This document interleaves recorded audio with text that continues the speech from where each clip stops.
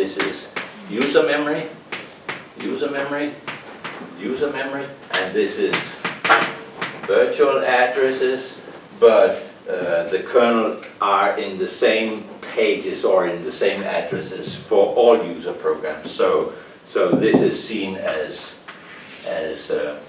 kernel memory, and this is seen as user memory, and only user memory is virtual memory. Kernel memory is not virtual memory. So that's true. But from a programmer's perspective, the address bus, the CPU issues virtual addresses.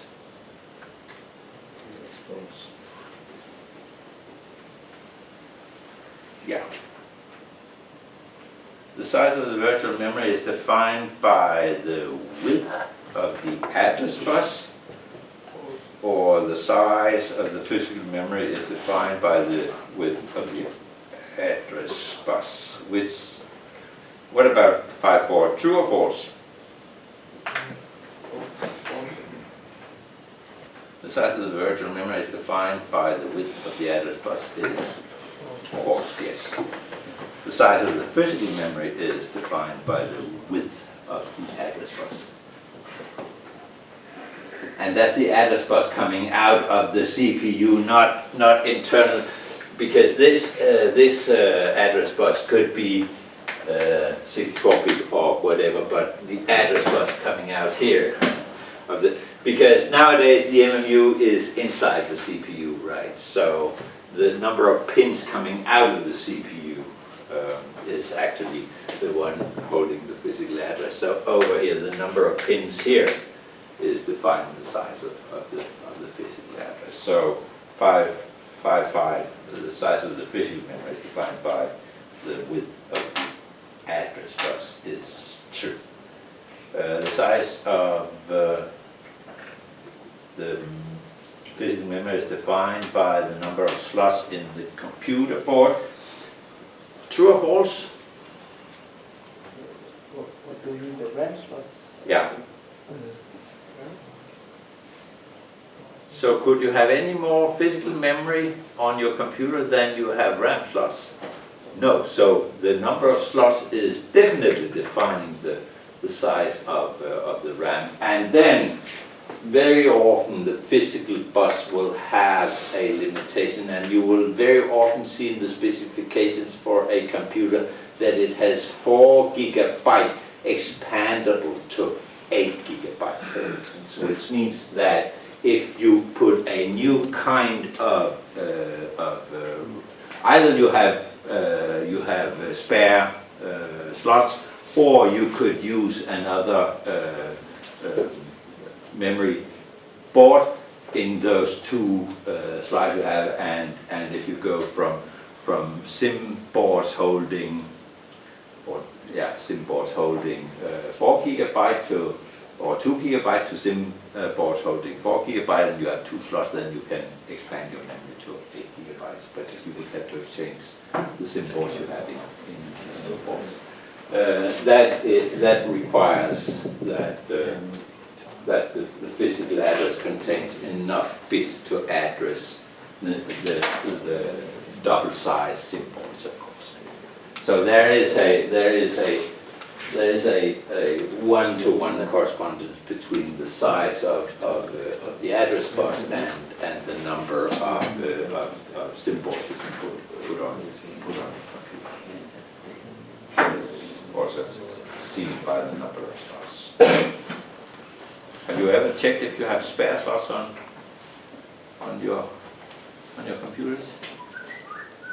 Have you? Are there spare slots? Well, in many cases, if you look at the bottom, there are a spare slot for memory that you can put extra memory down there. In some cases, you can open the computer and exchange the slots or the SIM ports inside the computer. In some cases, at least. Yeah. Okay. Well. Yeah. Virtual memory requires some kind of external storage. True or false? True. Because as virtual memory can be substantially bigger than physical memory, we have to have the bigger part of the virtual memory on some external device like a hard disk or a USB stick or an SD card or whatever. Yes, when we talk about computer system security, we normally think of these categories: confidentiality, integrity, availability. Here's some examples of threats or intrusions presenting a risk to each of these categories. Discuss possible measures to eliminate or neutralize these threats or intrusions. So, confidentiality.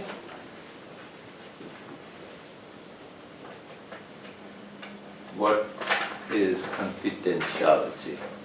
You just have to understand what the difference between confidentiality, integrity, and availability is. Confidentiality. Protecting information. Yes. In what way? Decryption. Yeah, that's one way, but confidentiality is that you should be able to ensure that data are only accessible by those which have been given permission to access. That's the confidentiality. So it's between you and me. If we are the only one allowed to look at those data, nobody else should be able to see those. That is what we understand by the confidentiality. And integrity, what does that mean?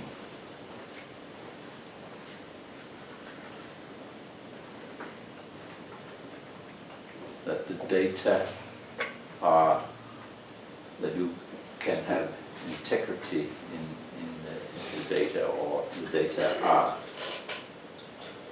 subject to integrity. What does that mean, integrity? Data is not changed. Rather, I would say that you can rely on the data at any time. So if you read data from one of your files, you can rely on those data being correct. That is the integrity of the data, because if the data do, if you cannot have, like taking for instance your grades in our file systems, if we could not rely on those grades being correct, you wouldn't say that, well, my grades are subject to integrity. Nobody could rely on those grades if they could be falsified, right? So integrity means that when you're given information that he got that grade at that exam, you can rely on that. That's true. It couldn't be falsified. So integrity is that data are correct.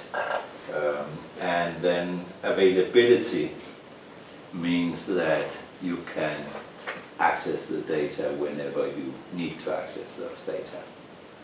So if we look at the threats of a system, how could confidentiality be attacked?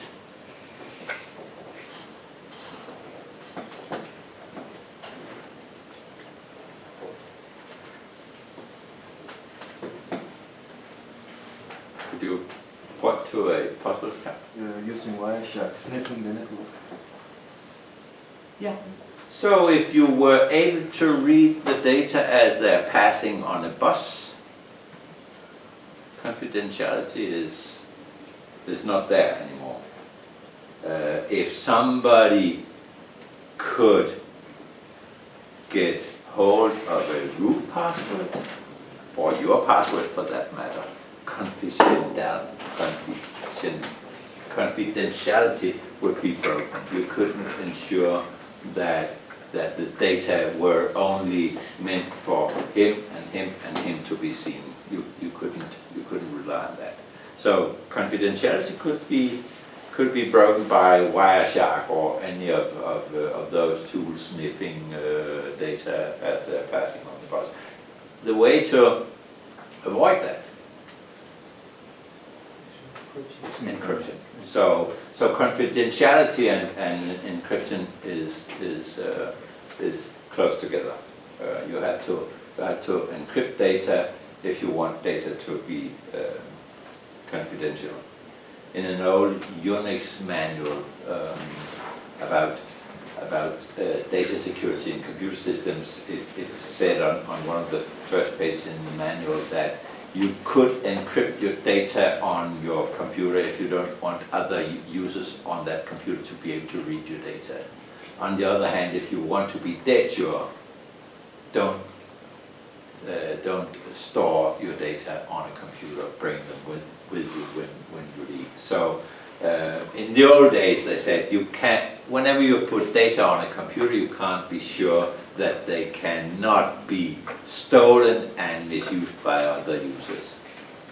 What do you think about that statement from somewhere in the early 70s? Does it hold still? Or even more, maybe? So even if encryption has become stronger, it's still a point of attack. Okay, but confidentiality and encryption, yeah. And then we had integrity.